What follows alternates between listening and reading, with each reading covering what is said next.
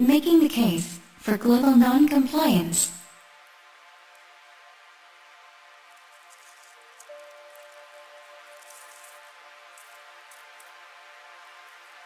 Do you see now what we're getting at?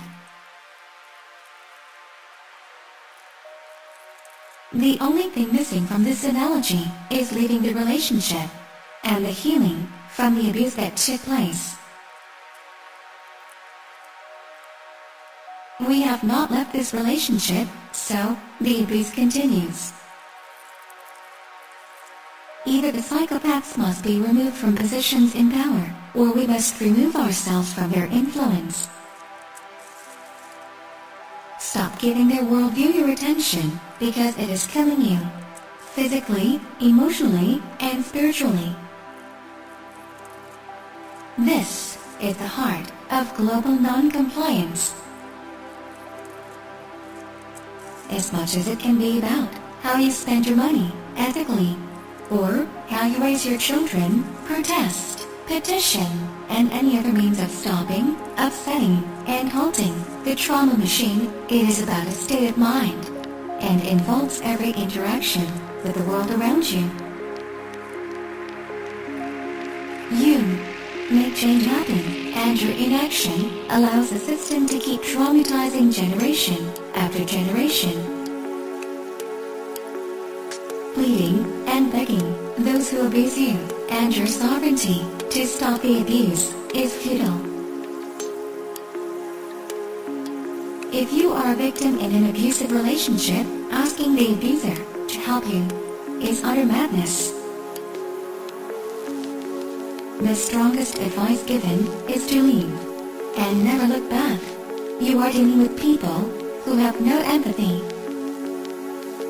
They do not feel like you do. They do not care like you do.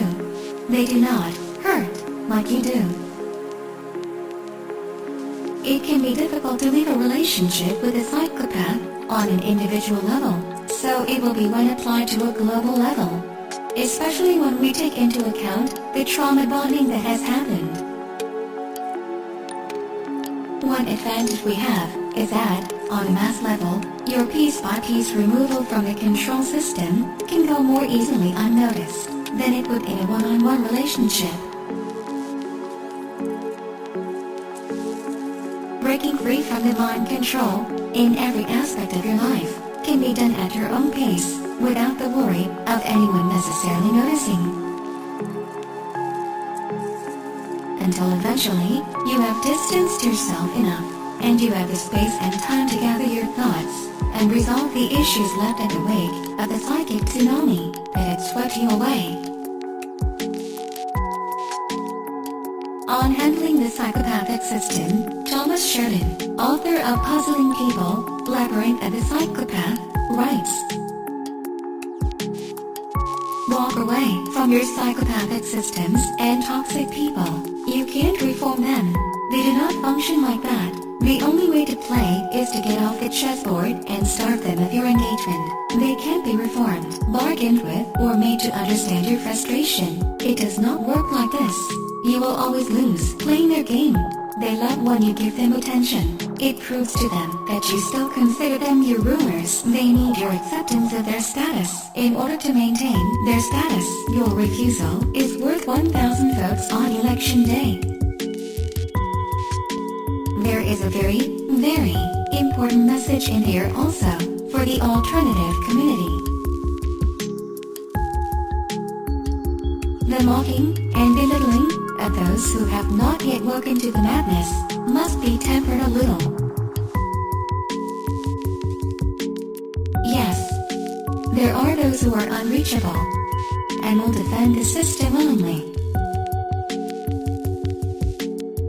These people have succumbed to pure ego and can be dealt with using mind, logic, and artistic flair. So be it. They made their choice. But to those that are good at heart and just need the right information from people wanting to aid them, all honor must be shown. Imagine you are in a violent relationship with a psychopath, and you didn't see it for what it was. An outsider then makes disparaging remarks about your inability to see what you are going through. How would you react? Will this not just reinforce your trauma bond with your abuser?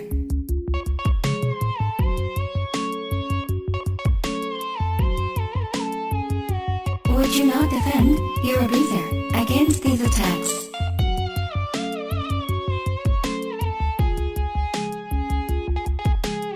Also, is this not just abusing a person that is already being abused?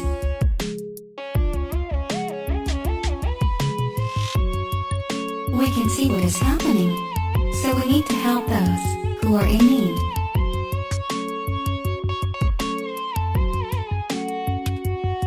We were all there once, were we not?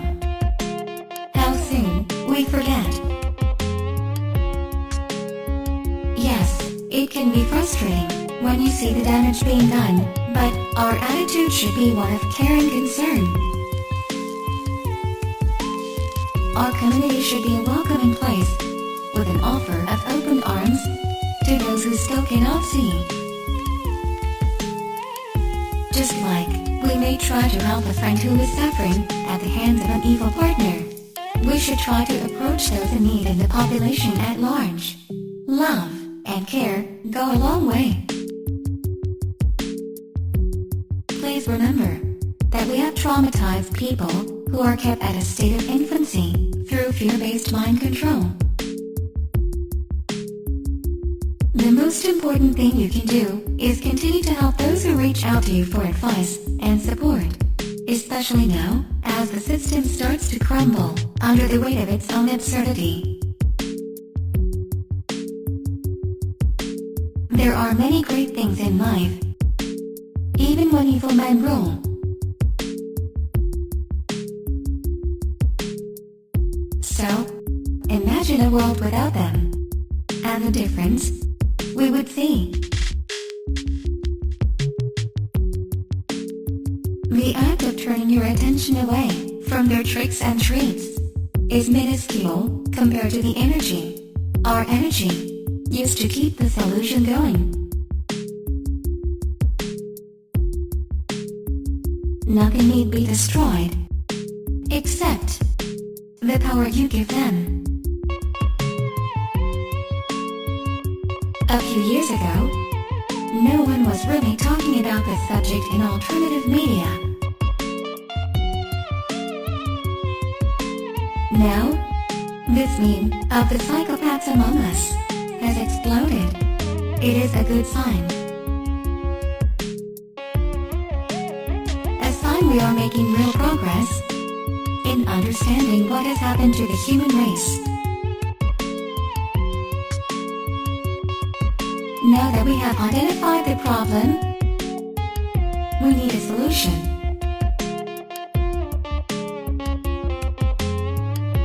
We feel there are three important things that could unfold now.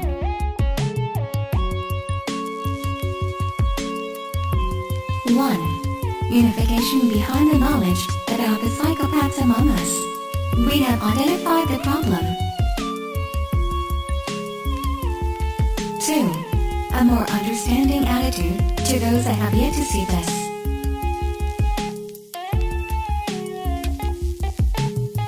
3.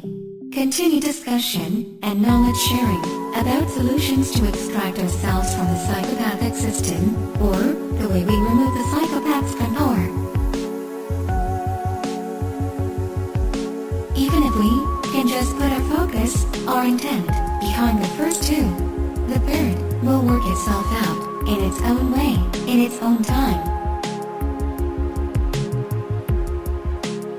We need the sleeping masses, and it will only take a certain amount to wake up before the tipping point happens.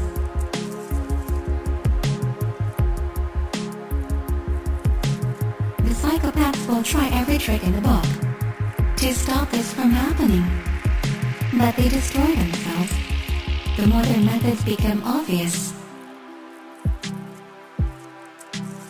So, non-compliant that is global is whatever you want it to be. Whatever you want it to be.